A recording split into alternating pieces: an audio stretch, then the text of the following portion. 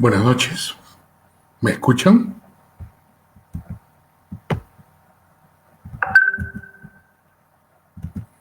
Ok, es un gusto para mí estar aquí el día de hoy, compartiendo con ustedes algunas experiencias que han surgido a partir de unos cursos de desarrollo virtual que hemos tenido en el Perú. En estos cursos hemos iniciado la exploración de las bondades de nuevas herramientas de educación virtual disponibles. En este caso hemos usado redes sociales. Entonces es para mí un gusto, siguiente por favor, podermos compartir con ustedes algunos de los avances que tenemos al respecto. Bien, entonces el título de la conferencia es Nuevas herramientas para la educación virtual. Entendiéndose educación virtual de algunos modos quizá diferentes, vamos a empezar homogenizando un poco los conceptos detrás de estos términos. Y bueno, en contextos de pandemia, porque estamos en una nueva situación que probablemente sea ahora el estándar sobre el cual desarrollemos nuestras actividades para los próximos 12 a 18 meses. Siguiente. Básicamente, la educación virtual es una forma adicional que tiene ahora el instrumento educativo para lograr la formación de los discentes, ¿no? Eh, de hecho, aparece cada día más en la literatura especializada. Pongo aquí algunos ejemplos, por ejemplo, el de Santos, un paper de 2020, en donde menciona que en la actualidad la virtualización de los procesos formativos constituye ya una exigencia. No existe universidad de primer mundo, escuela que muestre algún tipo de desarrollo de alta performance en conceptos educativos que no tenga esta herramienta virtual como una de las herramientas adicionales para los procesos formativos. Siguiente. Pero educación es un poco complejo de definir, por lo menos en castellano, para los conceptos de los cuales estamos hablando que se pueden virtualizar, ¿no? Educación en términos generales es la acción, el efecto de educar. Es criar, es formar a alguien para que sea un ciudadano de acuerdo a los valores o los conceptos que se le dan a través de la familia en la cual está. Para nosotros, vamos a tomar una de las definiciones, que es la que está sombreada en amarillo, que es la instrucción por medio de la acción docente. O sea, involucra de todas maneras una eh, brindar conocimientos a través de un agente externo, ¿no? Siguiente. Las raíces de la palabra educación, bueno, esto se puede estudiar mucho en los salones de las escuelas de educación. Básicamente hablamos de conducción, de formación, de hacer que una persona crezca en función a determinados saberes, a determinadas formas de ver el mundo, pero desde otro punto de vista también es desarrollar sus potencialidades. Y esto tiene un grado mucho más alto de conceptualización libertaria, ¿no? Porque no es que se le imponga a un ciudadano en formación o a alguien que quiera aprender una ideología, sino que se le enseñan maneras de interpretar la realidad, de dominar conceptos para llegar a sus propias conclusiones. Y es en ese sentido en el cual la instrucción toma mucho sentido en las formas que estamos desarrollando nosotros, desde esta iniciativa de un programa de cooperación internacional en el Perú. Siguiente. La otra palabra virtual, ¿no? Aquí hay una raíz un poco más compleja porque tiene que ver con virtus, y virtus es eh, virtud, excelencia, ¿no? Básicamente para nosotros tendría que ver con esa acepción dada una propiedad de un cuerpo, en este caso que no existe aparentemente o que es no real, ¿no?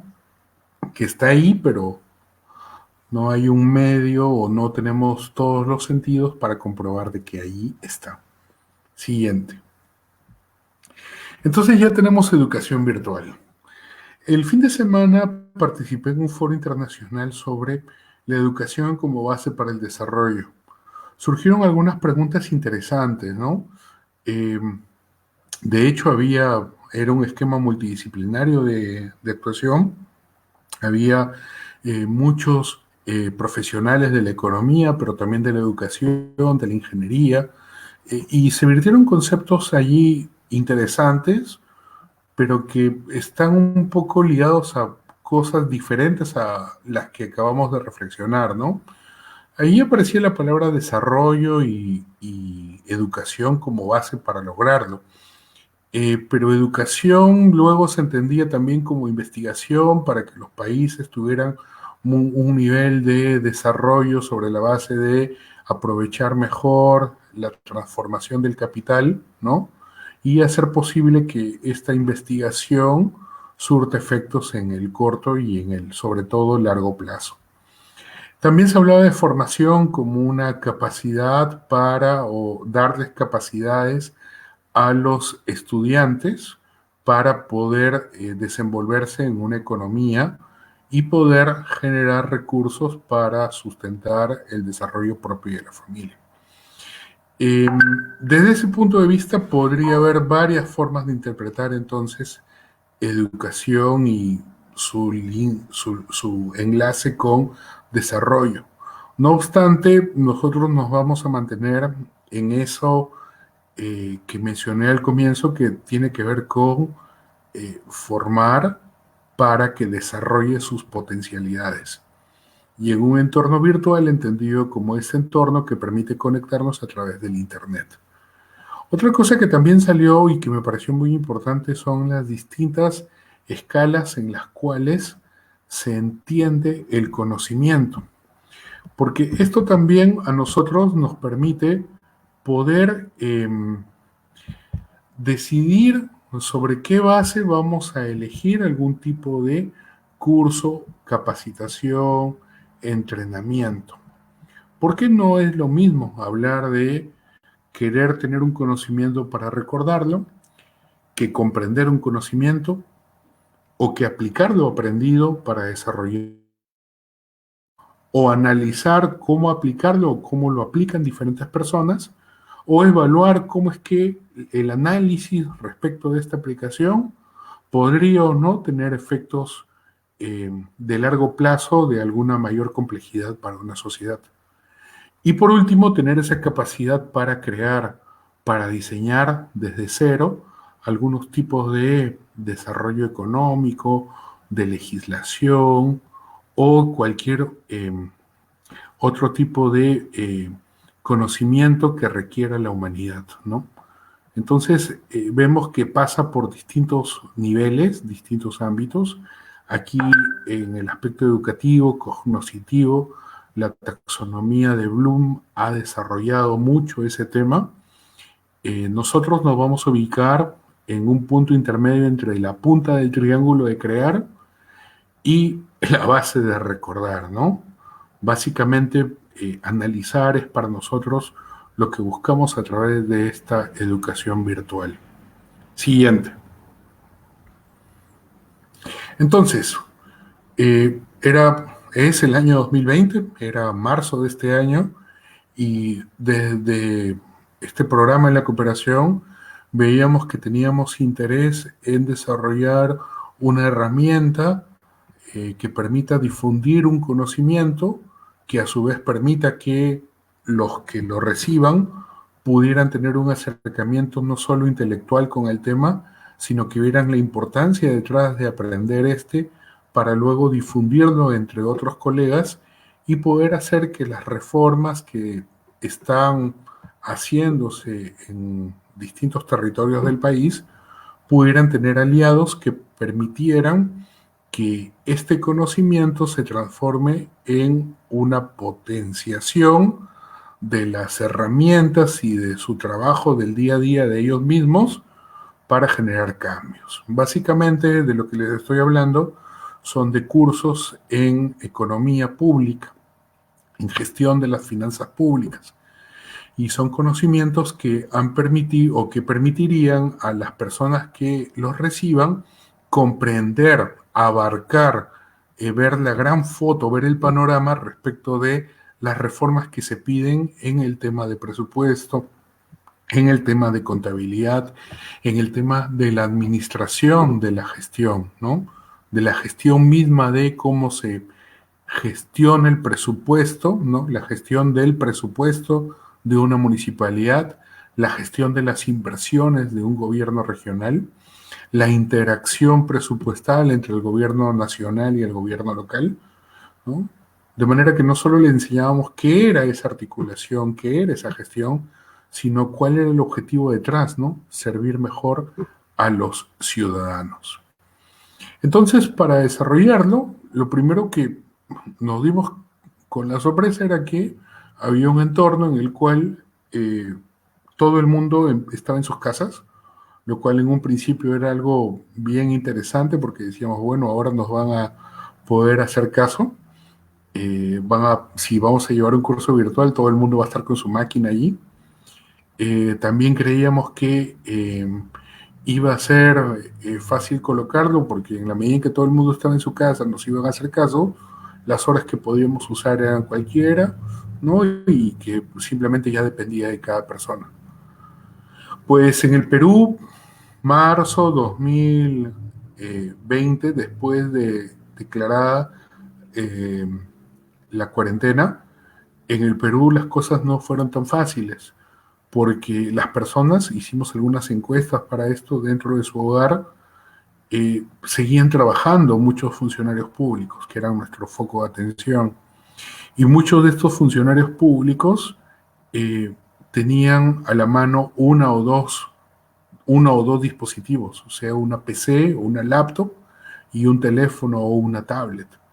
Y en ese momento lo tenían que compartir con lo que los niños tenían que hacer en sus tareas para el colegio, ¿no? Que también era remoto ahora, con la esposa que también tenía trabajo remoto, o alguno de los dos que además tenía cursos de su especialización, maestría o doctorado que está haciendo. Entonces, y además compartir el tiempo con las reuniones virtuales que se tenían con los directorios o con los equipos de trabajo en sus distintos gobiernos. Además, esto provocó que el acceso al Internet sea más complejo, porque todo el mundo estaba en el Internet de 8 de la mañana a 6 de la tarde, ya sean reuniones, clases, investigaciones, clases de niños, clases de aprende en casa. Entonces, el Internet también sufrió una baja considerable. De hecho, hubo una recomendación de parte del Ejecutivo para evitar al máximo posible el tráfico de alta data en Internet, de alto eh, consumo de gigabytes en Internet. Entonces, con todas esas restricciones, nosotros nos preguntábamos qué margen había para mostrar un curso convencional en donde tenías una plataforma y esa plataforma era la base de la educación, con videos en alta calidad, filmados en 4K, y un servicio de mensajería y de chat interno que te permitía estar conectado todo el tiempo, pero que también consumía un ancho alto, un ancho a nivel de banda, ¿no? Entonces, siguiente. Eh, lo básico aquí fue pensar en quiénes eran aquellos que iban a usar nuestro servicio de educación virtual. Entonces, si bien eran alumnos en el contexto educativo del cual estoy hablando, también sabíamos que eran nuestros clientes. Entonces tuvimos que mapear mejor quiénes eran, qué querían, cómo lo querían y qué momentos disponibles tenían para poder consumir nuestro producto. Sobre esa base y lo que les estaba diciendo al comienzo de todas las restricciones en el hogar, nos dimos cuenta que tenía que ser un curso más o menos libre para que les dejara o unas horas muy temprano, tipo 6, 5 de la mañana, que ellos se levantan y podían hacer algo, o muy noche, ¿no? O muy tarde, tipo 6, 7, 8, 9 de la noche. Entonces, sobre esa base es que nosotros empezamos a perfilar la forma en que íbamos a dar estos cursos. Siguiente. Ya no pensábamos en los alumnos. Siguiente, por favor. Ya no pensábamos en los alumnos como simplemente alumnos, sino también como clientes.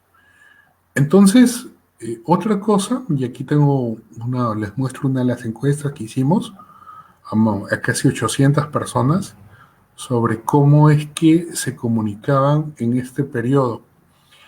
Eh, es una encuesta reciente, ¿no? Desde mayo de este año. Y entonces la mayoría respondió, verán allí en este PAI, eh, un alto porcentaje corresponde a el azul de Facebook, el naranja de WhatsApp y el rojo de correo electrónico, además del celeste de Zoom. Entonces concentraban casi toda la atención. El Zoom es una herramienta que necesita una velocidad de Internet pareja y no tan baja. Las otras herramientas, además de eso, sobre todo el Facebook y el WhatsApp en el Perú, con las modalidades de celular incluso prepago, pagando 3 soles creo, tienes acceso a Facebook básico y a WhatsApp ilimitado.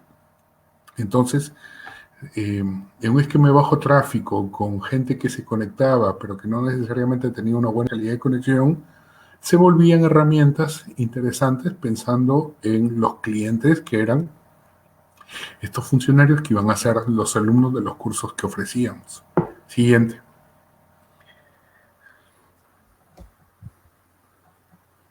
Siguiente, por favor.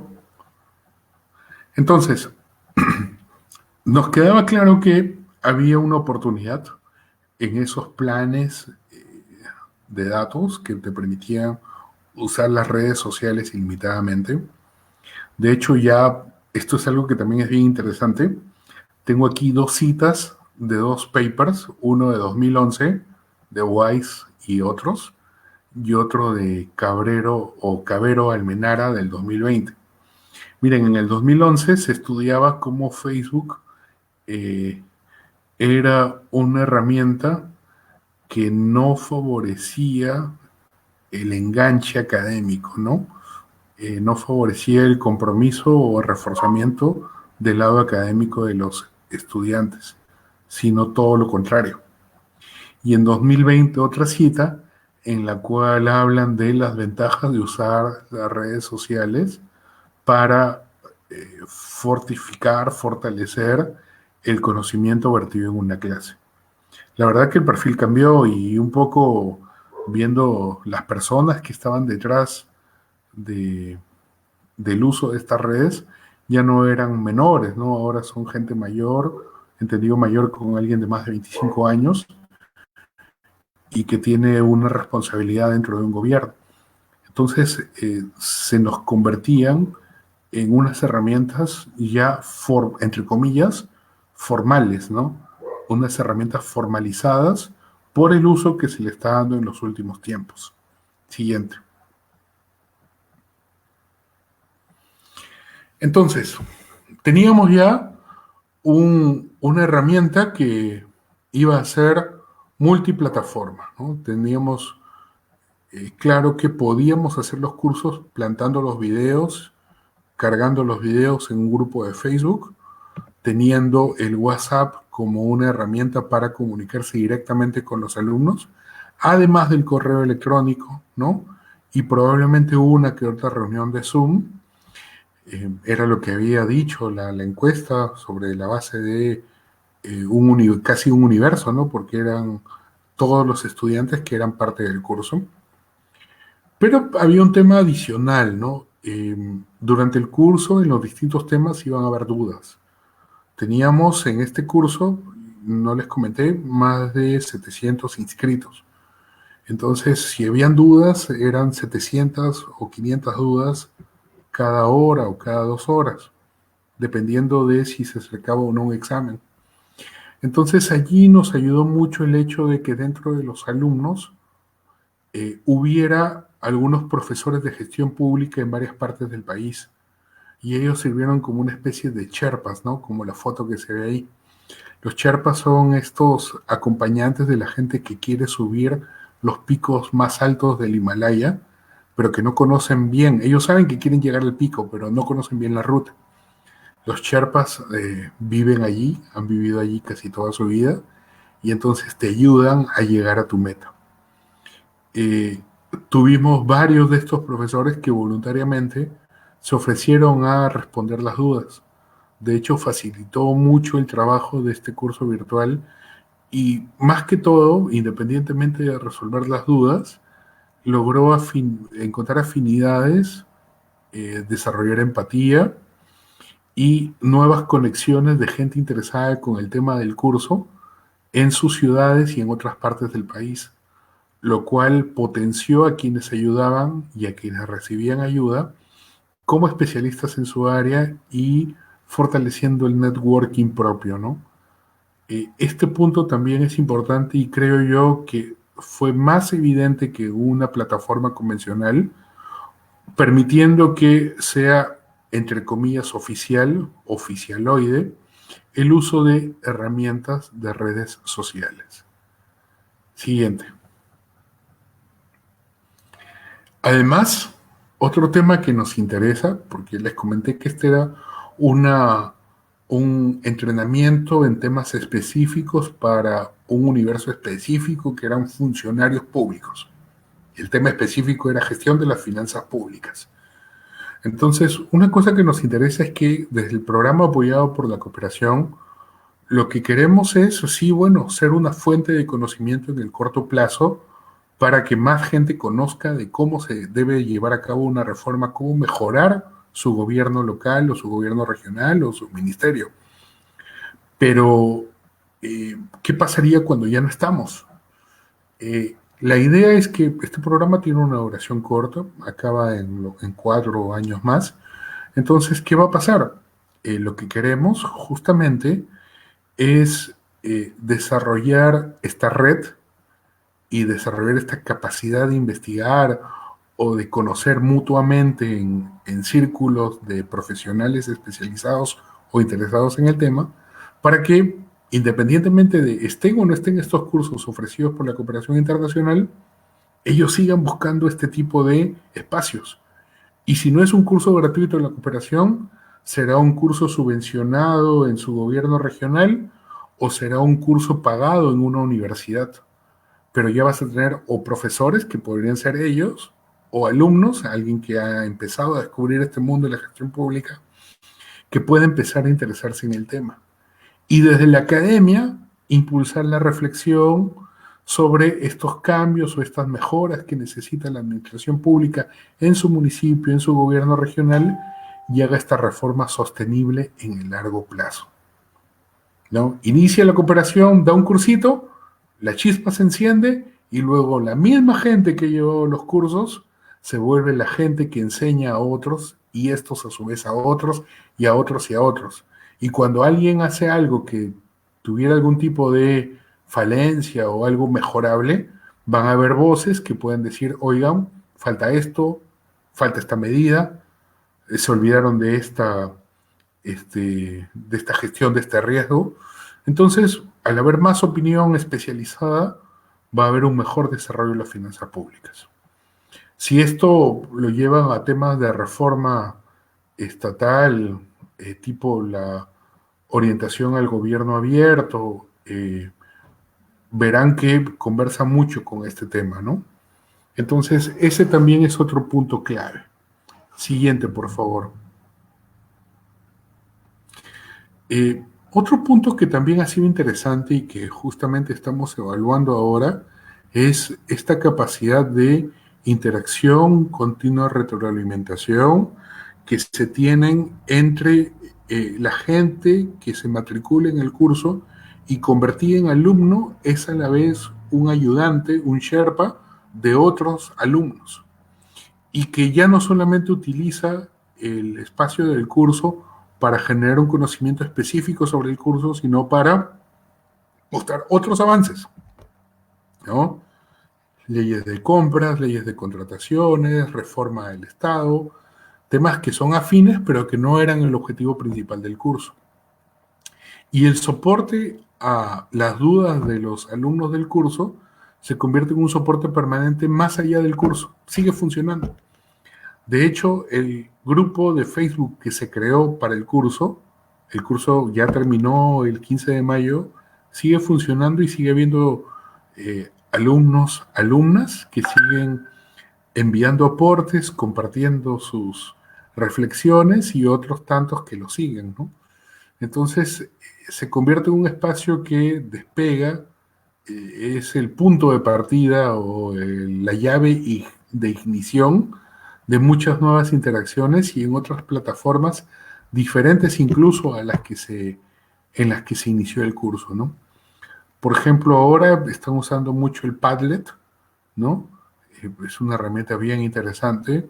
El Telegram, ¿no? Entonces, digamos que hay ahí una serie de externalidades que va a ser bien interesante empezar a documentar. Siguiente. Eh, si nos ponemos un poco en retrospectiva y vemos qué es lo que queríamos hacer con este curso, podemos decir que hemos logrado la meta. Hemos tenido una gran cantidad de alumnos graduados que han aprendido el curso y que lo han mostrado. De hecho, la mayoría de ellos ha hecho un artículo de investigación, bueno, no un artículo de investigación, una nota de reflexión, diría yo, sobre lo que ha aprendido, ¿no? Y se nota que han aprendido los conceptos, aprendido, ¿no? Con H. Entonces, pero también, siguiente por favor, se nota que hay un compromiso, ¿no? Hay una forma de ver ese conocimiento aprendido como algo especial, no en el sentido epistemológico, sino en el sentido sentimental. Dicen que el conocimiento entra cuando te emocionas y hemos logrado sintonizar finamente con los alumnos. Son servidores públicos y están en el sector público porque les gusta servir a los demás, y hemos sintonizado con esa capacidad para poder apuntar hacia un conocimiento que no quede en el corto plazo o en la memoria de adelante, sino que vaya hacia atrás, incluso hacia el corazón. Entonces, eso es algo bien importante que también creo que podríamos rescatar como un aporte o un grado mayor de realización a partir del uso de redes sociales. Siguiente. Este es un resumen del curso. La verdad, nos sentimos sumamente orgullosos. Mucha gente de varias ciudades importantes del Perú. Tuvimos, como les digo, casi 800 personas inscritas. Un gran porcentaje destacan allí Lambayeque, San Martín, La Libertad, Cusco, impresionante el número de alumnos, y Lima, ¿no? Casi a su nivel. Entonces, y bueno, otras ciudades del Perú también, casi, en realidad todas las ciudades principales, capitales de departamento. Entonces, la verdad es que ha sido un curso bien interesante. Siguiente. Eh, Les podemos comentar un poco las lecciones que hemos aprendido a partir de esta experiencia de un curso virtual no convencional, usando redes sociales en un periodo de cuarentena. La primera, y bueno, tratamos de explicarla en las diapositivas iniciales, tenemos una clara orientación a lo que quiere el cliente. El docente da el conocimiento que dice la currícula, pero una esclavitud respecto de la currícula está bien cuando la currícula ha sido previamente analizada en función de, en un contexto de andragogía, ¿no? Un contexto de educación para adultos, en función de lo que quiere alguien adulto que sabe que necesita determinados temas para su formación. Entonces, eso implica entender a ese alumno, entender sus expectativas y adaptarse a la forma que tiene de cumplir esas necesidades, ¿no? Horarios, puntos específicos de atención en la formación, calidad de las reflexiones, ¿no? Y eso requiere un entrenamiento constante, un feedback permanente también. Lo que hemos hecho es, cada examen tenía una encuesta y el alumno podía poner lo que quisiera. Eh, Eso nos permitió mejorar los siguientes exámenes porque nos hacían algunas sugerencias interesantes. De hecho, más que todo, los que son profesores de gestión pública eran los primeros en dar exámenes y los primeros que llamaban también para ver si es que había algún error, de repente estaba una palabra sin tilde, una opción no muy clara, y entonces nos permitía corregir en el acto para que los siguientes que eran el examen virtual pudieran ver un examen mucho mejor desarrollado. La verdad es que nos han ayudado muchísimo. Lo siguiente es que el entorno virtual de educación, si bien desde el punto de vista universitario se puede ver como una herramienta adicional para cumplir con los objetivos de currícula, en el caso de un programa que busque un cambio en una institución, los cursos virtuales eh, son una de muchas herramientas más para lograr el objetivo. Entonces, no necesariamente está sujeto a calificaciones o a cumplir a rajatabla un compendio pedagógico convencional, sino más bien buscar formas de que esa interrelación docente-discentes sea aprovechada para el objetivo final. Entonces, esto también es una forma de entre entrenamiento y capacitación. Entrenamiento en el sentido inglés de la palabra, ¿no? O sea, que estás practicando para ser mejor profesional en tu área y en el sentido académico de conocimiento específico. Y por último, este componente emocional, ¿no? Aprender con el corazón, ¿no? Learn by heart. Es un concepto que viene apareciendo en la pedagogía, en todas las ramas de la formación, eh, hace más de 300 años. Eh, la emoción como un elemento del descubrimiento, del eureka, de un proceso de aprendizaje, es bien importante. Y no necesariamente es relacionado solamente con hacer el eureka. Somos animales sociales, los seres humanos, entonces requerimos mucho a veces de reconocimiento. Entonces, no basta el eureka, sino que cuando digas eureka haya gente a tu alrededor que te felicite o que se alegre contigo o que simplemente te mire y diga, oye, qué bien, ¿no? Estás ahí. Y en plataformas convencionales de instrucción educativa, llámese tipo, bueno, no voy a decir un nombre, pero tipo Moodle, un board de algún color, eh, no llegas a tener ese nivel específico de reconocimiento o de pedir o forzar empatías, ¿no? O que nazcan empatías. Eh, Esa parte en la cual un alumno pregunta y todos voltean a verlo, o el profesor lo felicita, o, o lo mira de cólera por alguna pregunta, son cosas adicionales que son lo que al final quedan de anécdotas cuando los alumnos se reúnen 40 años después, ¿no? Y entonces no aprendieron el conocimiento de cuáles son los componentes de la sangre, pero sí cómo reaccionar a una pregunta buena o a una pregunta tonta. Eh, Ese conocimiento es el conocimiento a largo plazo.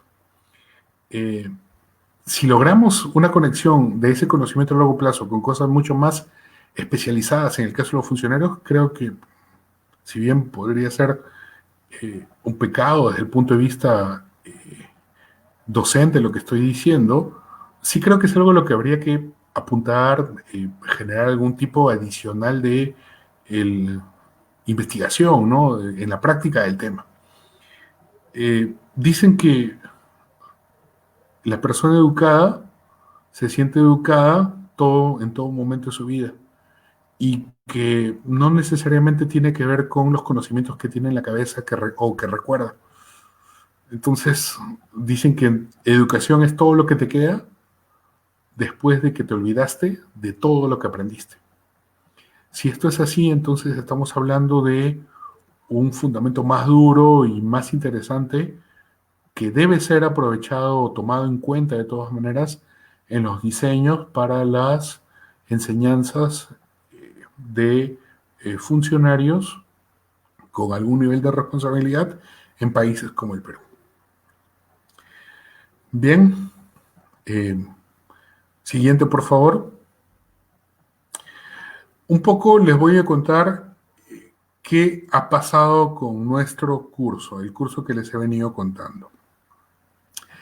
Se hizo una encuesta final, bueno, casi al final del curso, no todos la respondieron, en donde preguntamos con qué plataforma, porque tuvimos varias allí, para generar conocimiento, se sintió más cómodo, ¿no?